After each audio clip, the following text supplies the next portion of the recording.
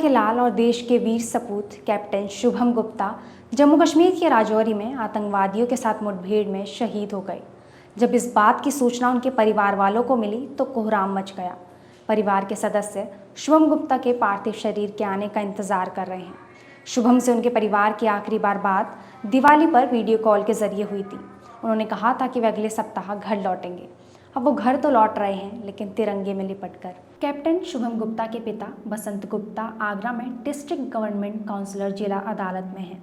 आगरा के लाल शुभम गुप्ता राजौरी के बाजीमल इलाके में सुरक्षा बलों और आतंकियों के बीच मुठभेड़ में शहीद हो गए। फौजी की वर्दी में बेटे को देखकर पिता बसंत गुप्ता का सीना गर्व से चौड़ा हो जाता था।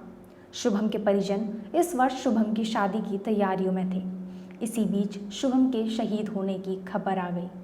शुभम के शहीद होने की खबर जैसे ही सेना की ओर से उनके परिवारजनों को दी गई तो घर में मातम पसर गया। उनकी मां बेसुध हो गई। आगरा से बीजेपी सांसद और केंद्रीय मंत्री एसपी सिंह बघेल और राजकुमार चाहर ने शहीद शुभम गुप्ता के परिवार के लोगों से मुलाकात की। शहीद कैप्टन शुभम गुप्ता के भाई ऋषभ का कहना है कि भाई को सिग्नल कोर में कमीशन मिला था, फिर भी उन्होंने सिग्नल कोर छोड़कर पैरा ज्वाइन की थी। जब भी वे किसी सीक्रेट मिशन पर जाते थे तो उनका फ़ोन बंद रहता था। देश के प्रति उनका जज्बा अद्भुत था। शहीद कैप्टन शुभम को शुरू से ही देश और सेना को लेकर एक अलग ही जुनून था। शुभम को बचपन से वर्दी बहुत पसंद थी। बता दें कि राजौरी में बुधवार को आतंकवादियों से हुई मुठभेड़ में सेना के 2 अधिकारी और 2 जवान शहीद हो गए थे।